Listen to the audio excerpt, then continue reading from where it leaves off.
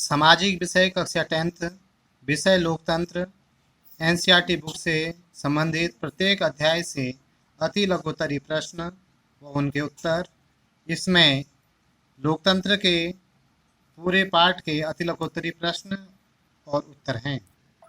आज का पहला क्वेश्चन है, अल्पसंख्यक किसे कहते हैं? किसी देश में जिस जाति या धर्म के लोगों की संख्या कम होती है उन्हें अल्पसंख्यक कहते हैं।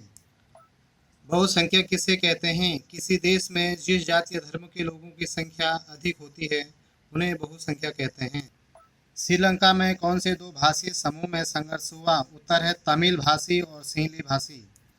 बेल्जियम में कितने भाषाई समूह निवास करते हैं? उत्तर 3 भाषी निवास करते हैं, डच भाषी, फ्रांसीसी और जर्मन। वह सरकार का क्या अर्थ है? जनता द्वारा चुनी गई बहुमत वाली सरकार वह सरकार कहलाती है। गृह युद्ध से आप क्या समझते हैं? जब एक ही देश में भाषा, जाति, क्षेत्र, धर्म के आधार पर संघर्ष हो तो उसे गृह युद्ध कहते हैं। लेसन नंबर 2, संघवाद। संघात्मक शासन में शक्तियों का विभाजन कितने स्तरों पर होता है? उत्तर 2 स्तरों पर होता है, केंद्र स्तर और राज्य स्तर। लोकतंत्र किसे कहते हैं? जनता का जनता के लिए जनता द्वारा शासन लोकतंत्र कहलाता है। शक्तियों के विभाजन की कौन सी 3 सूचियां होती हैं? उत्तर संघ सूची, राज्य सूची और समवर्ती सूची। एकात्मक शासन में शक्तियों का विभाजन कितने स्तरों पर होता है? उत्तर केंद्र स्तर पर। 2 संघात्मक देशों के नाम बताओ। अमेरिका और भारत। किन्हीं 2 एकात्मक देशों के नाम बताओ। ब्रिटेन और श्रीलंका। अमेरिकी संघ में राज्यों की संख्या कितनी होती है? उत्तर 50। लेसन नंबर 3, लोकतंत्र और विविधता। नागरिक अधिकार आंदोलन किस देश से शुरू हुआ? उत्तर अमेरिका से। एफ्रो अमेरिकन से आप क्या समझते हैं?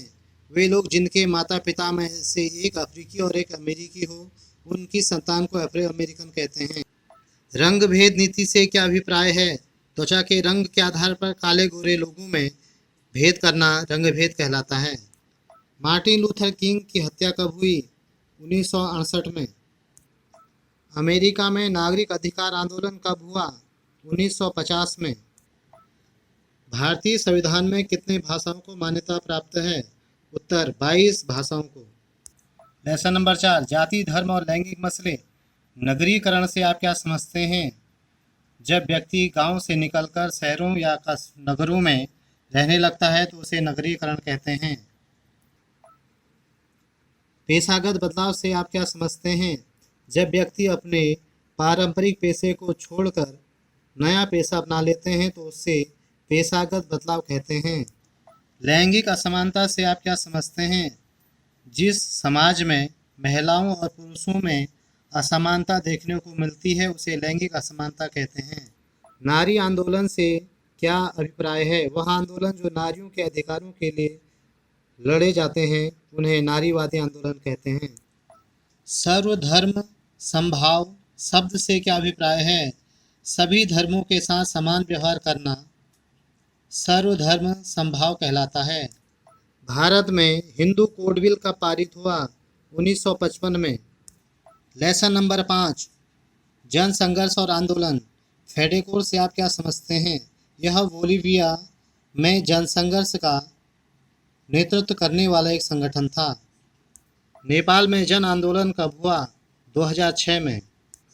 नामांकन किसे कहते हैं? किसी व्यक्ति को चुनाव में सरकारी तौर पर प्रत्याशी बनने के लिए स्वीकृति प्राप्त होना नामांकन कहलाता है। पूर्ण बहुमत किसे कहते हैं? जब प्रत्याशी को 50% से अधिक मत प्राप्त होते हैं तो उसे पूर्ण बहुमत कहते हैं। सार्वभौमिक वयस्क मताधिकार से आप क्या समझते हैं? वह मताधिकार जिसमें सभी लोगों को 18 वर्ष से अधिक के लोगों को मत देने का अधिकार हो उसे सार्वभौमिक वयस्क मताधिकार कहते हैं। लेसन नंबर 6, राजनीतिक दल। भारत में किन्हीं 2 वामपंथी दलों के नाम बताओ। भारतीय कम्युनिस्ट पार्टी और मार्क्सवादी कम्युनिस्ट पार्टी। किन्हीं 2 क्षेत्रीय दलों के नाम बताओ। नेशनल कॉन्फ्रेंस और अकाली दल। किन्हीं 2 राजनीतिक दलों के नाम बताओ जो राष्ट्रीय राजनीतिक दल हैं। भारतीय जनता पार्टी और कांग्रेस। एक दलीय पद्धति किस देश में पाई जाती है? उत्तर चीन में एक दलीय पद्धति पाई जाती है। द्विदलीय पद्धति किन देशों में पाई जाती है? उत्तर ब्रिटेन और अमेरिका। बहुदलीय पद्धति किन देशों में पाई जाती है? भारत और स्विट्जरलैंड। राजनीतिक दल किसे कहते हैं?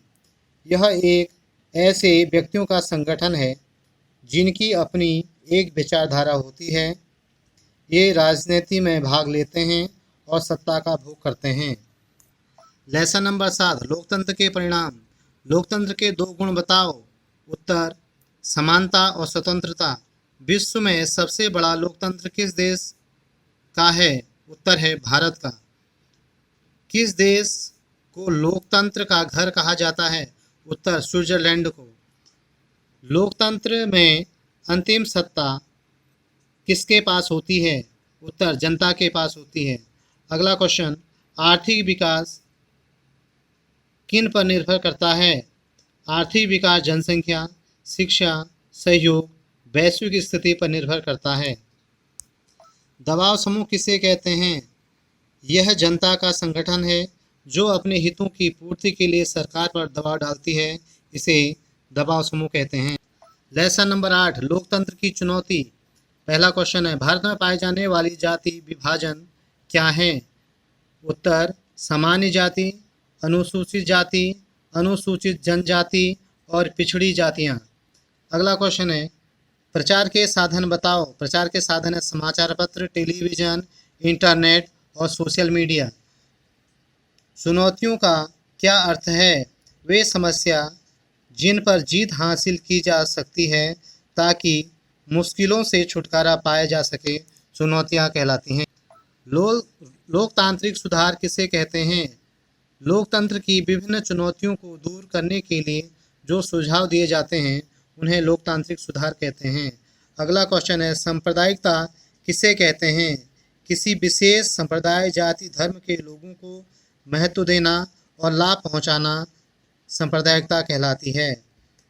अगला क्वेश्चन है, श्रीलंका में गृह युद्ध कब समाप्त हुआ? श्रीलंका में गृह युद्ध 2009 में समाप्त हुआ।